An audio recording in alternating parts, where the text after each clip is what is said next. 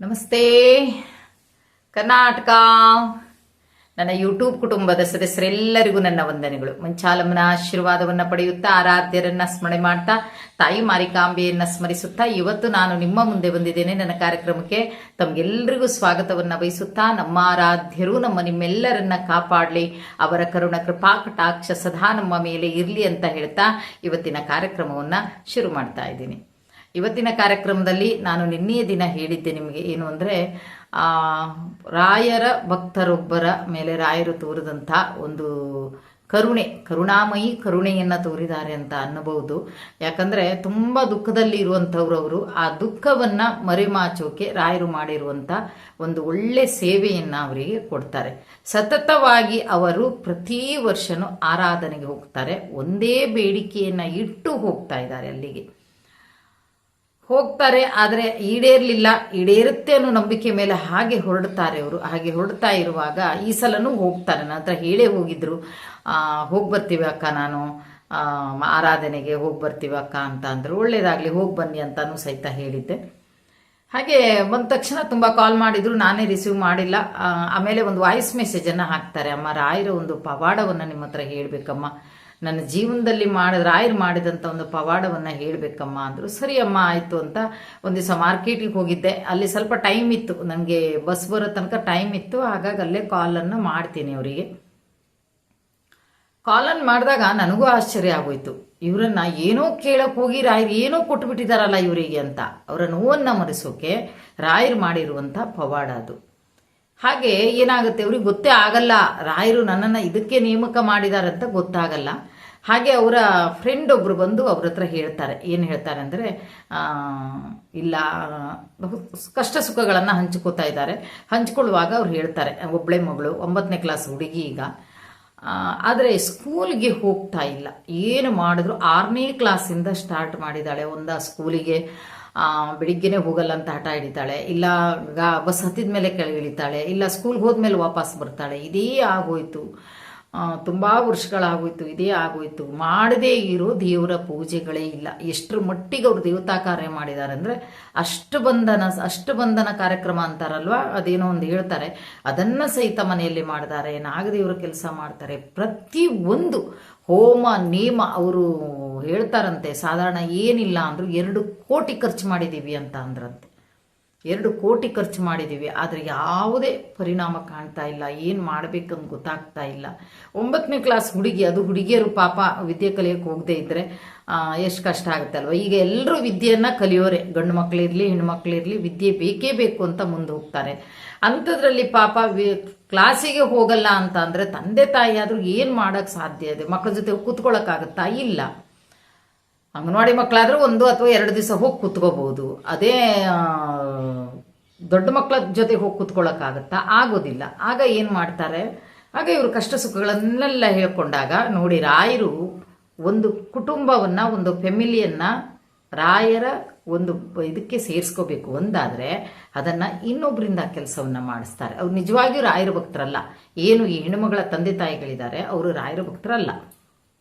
ಹಾಗೆ ಇವರು ಹೇಳ್ತಾರೆ, ಏನಂತ ಹೇಳ್ತಾರೆ ಅಂದರೆ, ಹಾಗಾದರೆ ಒಂದು ಕೆಲಸ ಮಾಡ್ತೀನಿ, ನಾನು ಒಂದು ರಾಯರಲ್ಲಿ ಪೂಜೆ ಮಾಡಿ ಒಂದು ಸಂಕಲ್ಪವನ್ನು ಇಡ್ತೀನಿ, ಹಾಗೆ ನಿಮ್ಮ ಮಗಳಿಗೋಸ್ಕರ ಜಪವನ್ನು ಮಾಡ್ತೀನಿ ಅಂತಾರೆ. ಸರಿ, ಯಥಾ ಪ್ರಕಾರ ಅವರು ಆ ವಾರ ಈ ವಾರ ಅಂತಿಲ್ಲ, ಒಂದು ವಾರ ಅವ್ರು ಏನು ಮಾಡ್ತಾರೆ, ರಾಯರಲ್ಲಿ ಪ್ರಾರ್ಥನೆಯನ್ನು ಇಡ್ತಾರೆ. ಶೃಂಗಾರವನ್ನು ಮಾಡಿ ರಾಯರಲ್ಲಿ ಒಂದು ಪ್ರಾರ್ಥನೆ ಇಡ್ತಾರೆ. ಹೀಗೆ ಆಗ್ಬಿಟ್ಟಿದೆ ಅಂತ ಕಣೋ, 2 ವರ್ಷ ಆಯಿತು, 2 ವರ್ಷದಿಂದ ರಾಯರೇ ಅಲ್ಲ 2 ಕೋಟಿ ಹತ್ತಿರ ಖರ್ಚು ಮಾಡಿದಾರಂತೆ. ಆದರೆ ಮಗು 6ನೇ ಕ್ಲಾಸಿಂದ ಈಗ 9ನೇ ಕ್ಲಾಸ್ ಮಗು, ಇಷ್ಟು ವರ್ಷ ತನಕನೂ ಮಗು ಸ್ಕೂಲಿಗೆ ಹೋಗಿ ಇದೇ ರೀತಿ ಮಾಡ್ತಾ ಇದೆಯಂತೆ. ನಿಮ್ಮ ಕರುಣೆ ಕೃಪಾ ಕಟಾಕ್ಷ ಇದ್ದರೆ ತಂದೆ ಏನು ಸಹಿತ ಆಗಬಹುದಲ್ವಾ? ನೀವು ಯಾಕೆ ಆ ಮಗುವಿನ ಮನಸ್ಸನ್ನು ಬದಲಾವಣೆ ಯಾಕೆ ಮಾಡಬಾರ್ದು? ಏನಾಗಿದೆ ಅಂತ ಎಲ್ಲೂ ಗೊತ್ತಾಗಲ್ಲ. ಯಾಕಂದರೆ ಅವ್ರು ಏನು ಪ್ರಯತ್ನ ಮಾಡಬೇಕು ಎಲ್ಲನೂ ಪ್ರಯತ್ನ ಮಾಡಿಬಿಟ್ಟಿದ್ದಾರೆ. ಅದಕ್ಕೆ ಕೊನೆಯದಾಗಿ ನಿಮ್ಮ ಮೇಲೆ ಭಾರ ಹಾಕಿ ನಾನು ಆ ಒಂದು ಇದನ್ನು ಮಾಡ್ಕೊಂಡಿದ್ದೀನಿ ಅಂತಂದೇಳಿ ತಂದೆ ಹತ್ರ ಸಂಕಲ್ಪವನ್ನು ಮಾಡ್ತಾರೆ. ಸಂಕಲ್ಪವನ್ನು ಮಾಡಿ ಜಪಕ್ಕೆ ಕೂತ್ಕೋತಾರೆ ಅವರು. ನೀವು ಮಾಡಬೇಕು ಈ ಕೆಲಸನ, ಮಾಡಿಲ್ಲ ಅಂದ್ರೆ ಆಗಲ್ಲ ತಂದೆ, ನೀವು ಮಾಡಲೇಬೇಕು. ಆ ಮಗುವಿನ ತಾಯಿಗೆ ನನ್ನ ರಾಯರಿದ್ದಾರೆ ಅಂತ ಹೇಳಿದ್ದೀನಿ, ನಾನು ರಾಯರು ಕೈ ಬಿಡಲ್ಲ ಅಂತ ಹೇಳಿದ್ದೀನಿ. ಅಂತ ಹೇಳಿ ಜಪಕ್ಕೆ ಕೂತ್ಕೋತಾರೆ, ಜಪನ ಮಾಡ್ತಾರೆ. ಜಪ ಮಾಡಿ ಆ ಮಗುವಿಗೆ ಮಂತ್ರಾಕ್ಷತೆ ಮತ್ತು ಮೃತ್ತಿಕಾ ಪ್ರಸಾದವನ್ನು ಸಹಿತ ಕಳಿಸ್ಕೊಡ್ತಾರೆ. ಜಪವನ್ನು ಮಾಡ್ತಾ ಇರುವಂಥ ಸಂದರ್ಭದಲ್ಲಿ ರಾಯರ ಬಲಭಾಗದಲ್ಲಿ ಹೂ ಪ್ರಸಾದ ಆಗುತ್ತೆ. ಆಗ ಒಂದು ಈ ಹೆಣ್ಣು ಮಗಳಿಗೆ ನಂಬಿಕೆ ಬರುತ್ತೆ, ಖಂಡಿತವಾಗಿಯೂ ಆ ಮಗು ಸ್ಕೂಲಿಗೆ ಹೋಗೇ ಹೋಗುತ್ತೆ, ನನ್ನ ರಾಯರು ಕಳಿಸ್ತಾರೆ, ಇನ್ನು ಮೇಲೆ ಆ ಕುಟುಂಬಕ್ಕೆ ರಾಯರ ರಕ್ಷಣೆ ಇದೆ ಅಂತ ನಂಬಿಕೊಂಡು ಆಮೇಲೆ ಅವರ ತಾಯಿಯನ್ನು ಕರೆದು ಆ ಮೃತ್ತಿಕಾ ಪ್ರಸಾದ ಮತ್ತು ಮಂತ್ರಾಕ್ಷತೆಯನ್ನು ಕೊಡ್ತಾರೆ. ಹೆದರಬೇಡಿ, ಸ್ವಲ್ಪ ದಿನ ಟೈಮ್ ಕೊಡಿ ನೀವು, ಅವಳಿಗೇನು ಗಡಿಬಿಡಿ ಮಾಡಬೇಡಿ, ಈ ಮೃತ್ತಿಕೆಯನ್ನು ಅವಳಿಗೆ ಕುಡಿಯೋಕ್ಕೆ ಕೊಡಿ, ಆಮೇಲೆ ಮಂತ್ರಾಕ್ಷತೆಯನ್ನು ತಲೆ ಮೇಲೆ ಹಾಕಿ ಅಂತ ಹೇಳಿ ಅವಾಗೊಂದು ಮಾತನ್ನು ಹೇಳ್ತಾರಂತೆ ಅವರು. ನೋಡಿ, ನಿಮ್ಮ ಕೆಲಸ ಹಾಗೆ ಆಗುತ್ತೆ, ಆ ನಂಬಿಕೆ ಅಂತೂ ನನಗಿದೆ. ಆದಮೇಲೆ ಒಮ್ಮೆ ನೀವು ಮಂತ್ರಾಲಯಕ್ಕೆ ನಿಮ್ಮ ಮಗಳನ್ನು ಕರ್ಕೊಂಡು ಹೋಗಿ ಬರಬೇಕು ನೀವು ಅಂತ ಹೇಳಿದಾಗ ತುಂಬ ಖುಷಿಪಟ್ರಂತೆ ಅವ್ರ ತಾಯಿ. ಹಾಗೆ ಆ ಮಗು ಆಶ್ಚರ್ಯ ಅಂದರೆ, ಈಗ ಆ ಮಗು ಸ್ಕೂಲಿಗೆ ಹೋಗ್ತಾ ಇದೆ, ಯಾವುದೇ ರೀತಿಯ ಇದನ್ನು ಮಾಡ್ತಾ ಇಲ್ಲ. ಆ ಹುಡುಗಿನೇ ಹೇಳ್ತಾ ಇದೆಯಂತೆ, ಈ ಆಂಟಿ ನಮ್ಗೆ ಆವಾಗಲೇ ಸಿಕ್ಕಿದ್ರೆ ಏನಾಗ್ತಿತ್ತು ಅಂತ. ಆದರೆ ರಾಯರು ಯಾವಾಗ ಅವ್ರ ಮನೆಗೆ ಬರಬೇಕೋ ಆವಾಗಲೇ ಬರಬೇಕು. ಅವತ್ತಿಂದಲೇ ಆ ಮಗು ಯಾವಾಗ ಸ್ಕೂಲಿಗೆ ಹೋಗಿ ಶುರುವಾಯಿತು ಆವತ್ತಿಂದೇ ಅವರು ರಾಯರ ಭಕ್ತರಾಗ್ತಾರೆ, ಖುಷಿಯಿಂದ ಹೇಳ್ಕೋತಾರೆ, ಏನು ಮಾಡಿದ್ಯೋ ಗೊತ್ತಿಲ್ಲಮ್ಮ ನೀನು, ಆದರೆ ನನ್ನ ಮಗು ಇವತ್ತು ಸ್ಕೂಲಿಗೆ ನಗನಗುತ್ತಾ ಹೋಗುತ್ತೆ.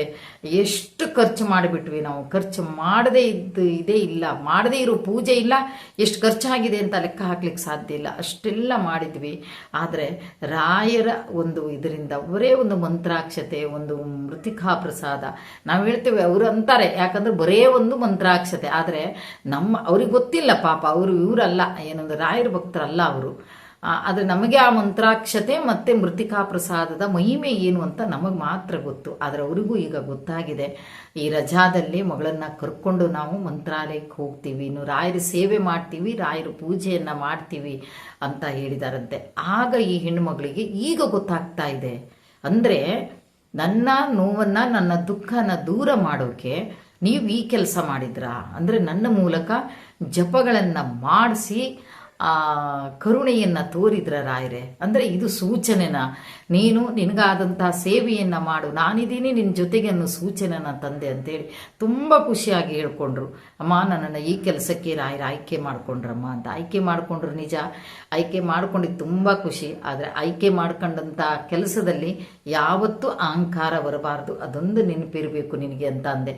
ಯಾಕಂದರೆ ನನ್ನಿಂದ ಒಳ್ಳೇದಾಗುತ್ತೆ, ನಾನು ಜಪ ಮಾಡ್ತೀನಿ, ನನ್ನಿಂದ ಹಂಗಾಗುತ್ತೆ ಹಿಂಗಾಗುತ್ತೆ ಅಂತ ಅನ್ನಬಾರ್ದು ಯಾವತ್ತೂ. ಆ ಭಾವನೆನೂ ಬರಬಾರ್ದು. ನಮ್ಮ ರಾಯರು ನನ್ನ ರಾಯರು ಮಾಡಿಸ್ತಾ ಇರೋದು, ರಾಯರು ಯಾರು ಒಬ್ರದ ವಸ್ತು ಅಲ್ಲ, ರಾಯರು ಒಬ್ರಿಗಲ್ಲ ತಂದೆ, ಅವರು ಇಡೀ ಮುಕ್ಕೋಟಿಗಳಿಗೂ ಅವರು ತಂದೆಯಾಗಿದ್ದವರು. ನನ್ನ ರಾಯರು ಅಂತ ಹೇಳುವ ಹಾಗೇ ಇಲ್ಲ. ನೀನು ಅಷ್ಟೇ ಶ್ರದ್ಧಾ ಭಕ್ತಿಯಿಂದ ಪೂಜೆಯನ್ನು ಮಾಡು, ಮತ್ತೊಬ್ಬರಿಗೋಸ್ಕರ ನೀನು ಪ್ರಾರ್ಥನೆಯನ್ನು ಮಾಡು. ತುಂಬ ಒಳ್ಳೆಯ ಕೆಲಸ ಇದು. ಯಾಕಂದರೆ ನಮಗೋಸ್ಕರ ನಮ್ಮ ರಾಯರಿರ್ತಾರೆ, ಮತ್ತೊಬ್ಬರಿಗೋಸ್ಕರ ನಾವು ಪ್ರಾರ್ಥನೆಯನ್ನು ಮಾಡುವಂಥ ಸೇವೆಯನ್ನು ರಾಯರು ಕೊಟ್ಟಿದ್ದಾರೆ. ನಿನಗೆ ತುಂಬ ಖುಷಿಯಾದ ವಿಷಯ. ಹಾಗೆ ಖುಷಿಯಾಗಿ ಹೀಗೆ ಮಾಡ್ತಾ ಇರು, ರಾಯರ ಕೃಪಾ ಕಟಾಕ್ಷ ಇರುತ್ತೆ. ನಿನಗೇನು ನಿನ್ನ ಇಷ್ಟಾರ್ಥವನ್ನು ರಾಯರ ಹತ್ರ ಕೇಳಿದ್ಯೋ ಅದನ್ನು ರಾಯರು ಖಂಡಿತ ನಿನಗೆ ಕೊಡ್ತಾರೆ ಅಂತ ಹೇಳಿದ್ದೀನಿ. ನೋಡ್ರಿ ಎಂಥ ಕರುಣಾಮಯಿ. 6ನೇ ಕ್ಲಾಸ್ದಿಂದ ಈಗ 9ನೇ ಕ್ಲಾಸಿನ ಮಗು ಸ್ಕೂಲಿಗೆ ಸಣ್ಣ ಮಕ್ಕಳ ಹಾಗೆ ಮಾಡ್ತಾ ಇದೆ ಅಂತಾದರೆ, ಇವತ್ತು ರಾಯರು ಅವ್ರ ಮನೆಗೆ ಬರಬೇಕಿತ್ತು, ಅಲ್ಲಿ ಒಂದು ಪವಾಡ ಮಾಡಬೇಕಿತ್ತು. ಅದು ಇವರಿಂದ ಮಾತ್ರ ಸಾಧ್ಯ ಇತ್ತು. ಇವ್ರು ಯಾಕಂದ್ರೆ ಎಷ್ಟೋ ಜನದಿಂದ ಮಾಡಿಸ್ಬೋದಿತ್ತು, ಅಥವಾ ಇಷ್ಟರೊಳಗೆ ಕಾಂಟ್ಯಾಕ್ಟ್ ಇದ್ದವರು ಹೇಳ್ಬೋದಿತ್ತು, ಆದರೂ ಹೇಳಲಿಲ್ಲ. ಆದರೆ ಆ ಒಂದು ವೇಳೆ, ಆ ಒಂದು ಸಮಯವನ್ನು ರಾಯರು ನಿಗದಿಪಡಿಸಿ ಯಾರಿಂದ ಮಾಡಬೇಕು ಆ ಕೆಲಸನ ಮಾಡಿದ್ದಾರೆ. ಹಾಗಾಗಿ ಕರುಣಾಮಯಿಯಾದಂತಹ ರಾಯರನ್ನು ಜಪ ಮಾಡ್ತೀವಿ, ರಾಯರನ್ನು ಜಪ ಬರಿತೀವಿ, ಎಲ್ಲ ಮಾಡ್ತೀವಿ. ಮತ್ತೊಬ್ಬರಿಗೆ ಅಗಾಧವಾಗಿ ಕೆಟ್ಟದ್ದಂಥ ಮಾತನ್ನು ಆಡಬೇಡಿ. ಯಾಕಂದರೆ ಆ ನಮ್ಮ ಬಾಯಲ್ಲಿ ರಾಯರ ಸ್ಮರಣೆ ಇರುತ್ತೆ. ಆ ಕೆಟ್ಟ ಮಾತಾಡಿದಾಗ ಅದೇನಾಗುತ್ತೆ, ನಾವು ಯಾರಿಗೆ ಹೇಳ್ತೀವೋ ಅದು ಆಗ್ಬಿಡುತ್ತೆ ಅದು. ಆದರೆ ಅದರ ಪ್ರತಿಫಲ, ಅದರ ಕರ್ಮ ಮತ್ತು ತಿರ್ಗಾ ನಮ್ಗೆ ಹೊಡೆಯುತ್ತೆ. ನಮ್ಗೆ ಗೊತ್ತಾಗಲ್ಲ ಅಷ್ಟೇ. ನಾವು ಯಾರನ್ನೋ ಮನಸ್ಸು ನೋಯಿಸಿರ್ತೀವಿ, ಮನಸ್ಸು ನೋಯಿಸಿ ನಾವು ಖುಷಿ ಪಟ್ಟಿರ್ತೀವಿ. ಆದರೆ ಅದು ಇನ್ನೊಂದು ಸ್ವಲ್ಪ ದಿವಸದ ಮೇಲೆ ಅದು ತಿರ್ಗಾ ನಮ್ಗೆ ಹೊಡೆಯುತ್ತೆ. ಯಾಕಂದರೆ ನಮ್ಮ ಬಾಯಲ್ಲಿ ಇರೋದು ಶ್ರೀ ರಾಘವೇಂದ್ರ ಸ್ವಾಮಿಯ ಸ್ಮರಣೆ. ಹಾಗಂತೇಳಿ ಕೆಲವೊಂದು ಮಾತುಗಳನ್ನು ಆಡೋದಿಲ್ಲ ಅಂತಲ್ಲ, ಆಡ್ತೀವಿ. ನಾವು ಆಡದೇ ಇರೋಕ್ಕಂತೂ ಆಗೋದಲ್ಲ, ಮನುಷ್ಯರಲ್ವ ನಾವು. ಆದರೆ ಈ ಒಂದು ಸಂದರ್ಭದಲ್ಲಿ ನಾನು ಹೇಳುವಂಥದ್ದು ಏನಂದರೆ, ರಾಯರ ಪೂಜೆಯನ್ನು ಮಾಡುವಂಥವ್ರು, ರಾಯರ ಜಪವನ್ನು ಮಾಡುವಂಥವ್ರು ತುಂಬ ನಾವು ಇದು ಮಾಡುವಂಥದ್ದು ಬೇಡ ಅನ್ನೋದು ನನ್ನ ಒಂದು ಅಭಿಪ್ರಾಯ. ಹಾಗೆ ಎಲ್ರಿಗೂ ನಮ್ಮ ರಾಯರು ಅನುಗ್ರಹವನ್ನು ಕೊಡಲಿ, ನಿಮ್ಮನ್ನು ಎಲ್ಲರನ್ನ ರಕ್ಷಣೆ ಮಾಡಲಿ ಅಂತ ಹೇಳ್ತಾ ಇವತ್ತಿನ ಈ ಕಾರ್ಯಕ್ರಮವನ್ನು ಇಲ್ಲಿಗೆ ಮುಗಿಸ್ತಾ ಇದ್ದೀನಿ. ಜೈ ಹಿಂದ್, ಜೈ ಕರ್ನಾಟಕ ಮಾತೆ. ಸರ್ವೇ ಜನ ಸುಖಿನೋ ಭವಂತು.